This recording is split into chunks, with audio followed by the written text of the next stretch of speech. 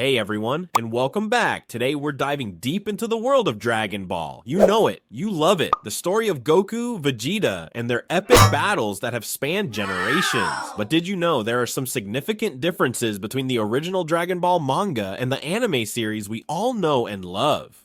Dragon Ball is a global phenomenon created by the legendary Akira Toriyama. The manga series took the world by storm with its blend of martial arts, sci-fi adventure, and unforgettable characters. The anime adaptation that followed only amplified its popularity, introducing these fantastical stories to a whole new audience. But adapting a manga into an anime isn't a one-to-one process. There are challenges to consider, like pacing, animation limitations, and sometimes even creative decisions by the production team. These elements can lead to some interesting deviations between the source material and the final animated product. Now, let's get into some specific examples. First, let's talk about character designs. In the manga, Toriyama's art style is known for its dynamic layouts, expressive faces, and slightly more exaggerated proportions. The anime tends to smooth out some of these details, sometimes making the characters appear slightly younger or more streamlined. Take Piccolo, for instance. In the manga, he has a more menacing appearance, with sharper features and a constantly furrowed brow. The anime version tones this down a bit, making him seem less immediately threatening.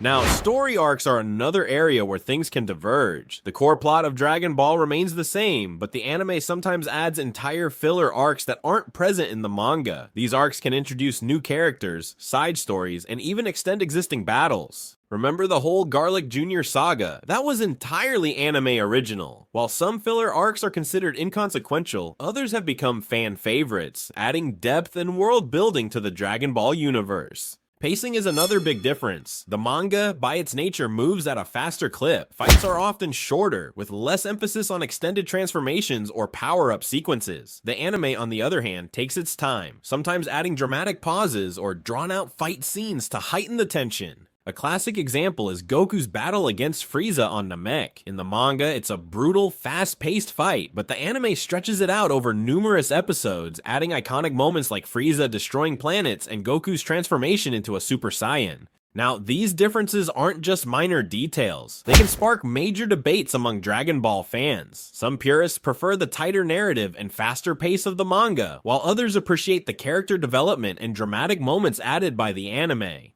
One of the most debated changes is the portrayal of Vegeta. In the manga, he's a ruthless villain for a longer period. The anime softens him up a bit earlier, creating a more complex and sympathetic character arc. This change has divided fans, with some preferring the original portrayal and others enjoying Vegeta's eventual transition into an anti-hero. But wait, there's more. We can't forget about some other interesting differences that add flavor to the Dragon Ball experience. The manga tends to be more graphic in its depictions of violence and gore. Fights are brutal and injuries are shown in detail. The anime tones down this aspect to achieve a broader audience rating. Both the manga and anime are known for their humor, but it can manifest differently. The manga relies more on slapstick and visual gags, while the anime sometimes adds verbal humor or extends existing jokes. While the core story remains the same, there can be subtle differences in dialogue between the two mediums. This can affect character personalities and the overall tone of a scene. These are just a few examples, and there are many more hidden gems for eagle-eyed fans to discover when comparing the Dragon Ball manga and anime. Ultimately, it's all about what you enjoy. Whether you prefer the raw intensity of the manga or the expanded world of the anime, there's a Dragon Ball experience waiting for you. So the next time you revisit this beloved series, keep an eye out for these differences. You might just find a whole new appreciation for the world of Dragon Ball. Thanks for watching, like, share, and subscribe for more.